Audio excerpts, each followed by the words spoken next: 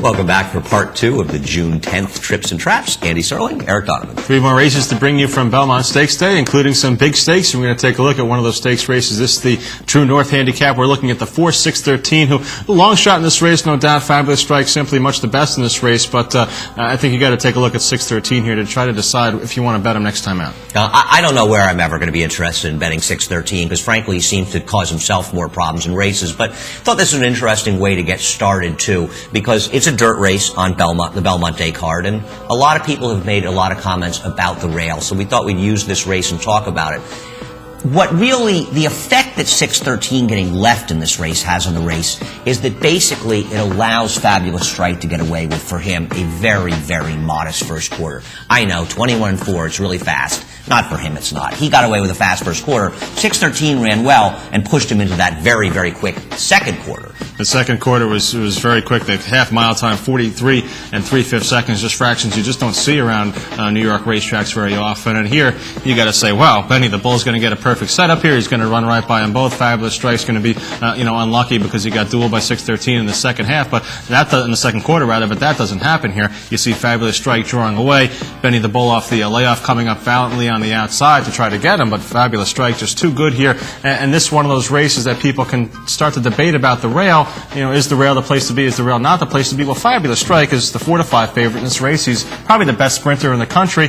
He's going to win races like this, regardless of whether the rail's good or not and where he is on the racetrack. Right, and he wasn't right on the rail anyway. And there are a lot of races we've shown when we didn't feel the rail was the place to be, when we've had horses in the 2 and 3 path, and he maybe was in the 2 path, so I don't know. It's an interesting point. We were talking about it before, and we've gotten so used to the rail not being the best place to be at Belmont, it being an outside flow type track, that when you have a day where the rail is good or the track is more completely even, that there's an appearance the rail is better than it is because the track isn't playing the way we're used to. And I don't think we see any definitive evidence that the rail was gold and you had to be on the rail and you couldn't move outside. There were a couple other big efforts during the day that we're not showing you, but Munnings, another one that comes as an example. He was inside most of the way, but a lot of the time he was in the 2 and 3 path too. So it wasn't the race set up for him too. He had an absolutely perfect trip. So I wouldn't get too caught up in the rail. Maybe it seemed like it early, but let's watch the Acorn. And this is a race, if you think the rail is gold, then you know that Livin' Lovin', the number 6 horse in this race, was 10 tons the best. Because not only did the winner benefit from dynamics, but Livin' Lovin', as you can see,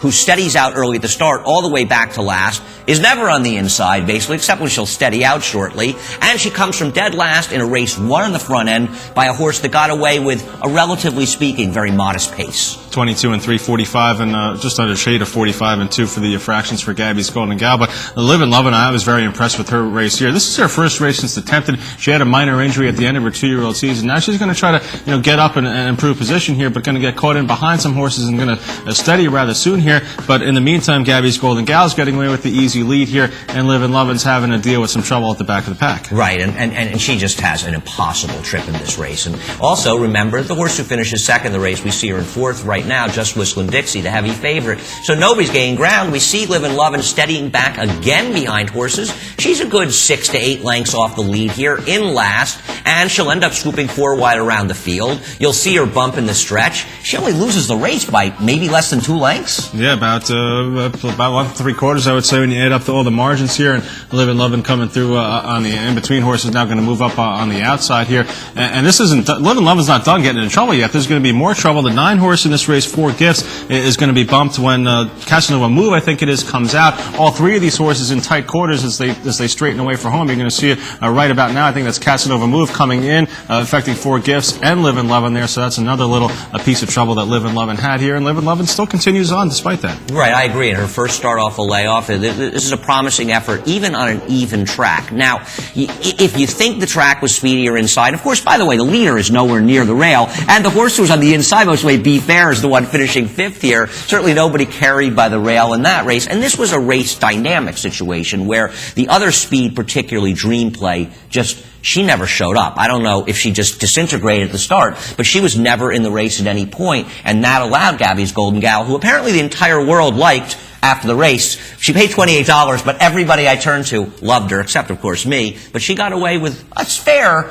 but easy lead in this race. All right, let's get on to the big one for the week and big one for the year probably here in New York, the Belmont Stakes. And we're taking a look at, obviously, the 7, Mind That Bird, and also the 4, Summer Bird. We just want to show you different positions where they are in different parts of the race. Right. There's a lot of, obviously, this was a very interesting race. As we head in the first turn, we'll show you where the 2 different horses are. But obviously, the focus of a lot of people's discussions of the race were rides. And, this is an interesting situation because this was a Triple Crown where, and we'll freeze it right here and see that Summer Bird is well positioned. You'll notice in the race, sort of the farthest he ever gets behind the leader in this race is actually as Mind That Bird commences his move later in the race, because he's only a few lengths off. Mind That Bird in his comfortable position in last. But this was a Belmont where riders seemed to get most of the discussion, and I thought a little too much credit. I understand Calvin Burrell gave Mind That Bird a great ride in the Derby. He won by 7 lengths, okay? Mike Smith gave him a terrific ride in the Preakness. He lost to a better horse that day. And I think a lot of people would agree that Mike Smith might have won this race on Mind That Bird. I don't think that's true, but I don't think Mike Smith would have given him a worse ride. Might have been a better fit for this kind of track, and Mike, has ridden here for a number of years. He knows this track a little bit better than Calvin Burrell does here. But we're seeing Summer Bird in the middle of the pack now. Kenta Sormo just sitting there. He's happy as can be, just on the inside, raiding along in about 6th position here. And now you're going to see Mind That Bird kind of get up on the outside, get into the thick of things here a little bit, trying to make a move up and gain some ground. And we're going to highlight both horses. Again, there's Mind That Bird toward the back, and then Summer Bird in the middle on the inside. Yeah, the times make this pace seem very fair. I don't think it was blistering. It was very fair.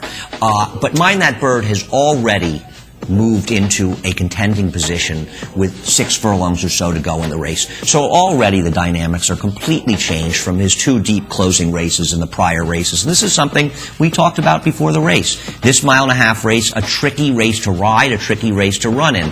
Now you're seeing him moving up the outside. Summer Bird seems to sort of be steadying behind horses. I think Kenta Sormo is thinking about Real Quiet and Victory Gallop, and he's biding his time. He knows he's got a lot more racetrack left, more than a half mile to go here. I believe at this point here, Summer Bird once again highlighted, and you see on the outside, Mind That Bird might be a little bit difficult to see on the outside of the 1, Chocolate Candy right now moving up. They're both on, they're on even terms right now, both the birds, Mind That Bird and Summer Bird. Mind That Bird's going to go on with it. Kent's just still sitting chilly on the inside of a Summer Bird. Right. If you want, go back and find a replay of that 1998 Belmont Stakes and watch the ride Gary Stevens gives, one of the most brilliant rides I've ever seen, actually, on Victory Gallop. And of course, Kent made a premature move that we see Mind That Bird is making here. Now, Mind That Bird, there's no doubt he's making a premature move here. I don't like, however, though, that he lost to Dunkirk. Now, maybe you think Dunkirk rode the gold rail, but you know what?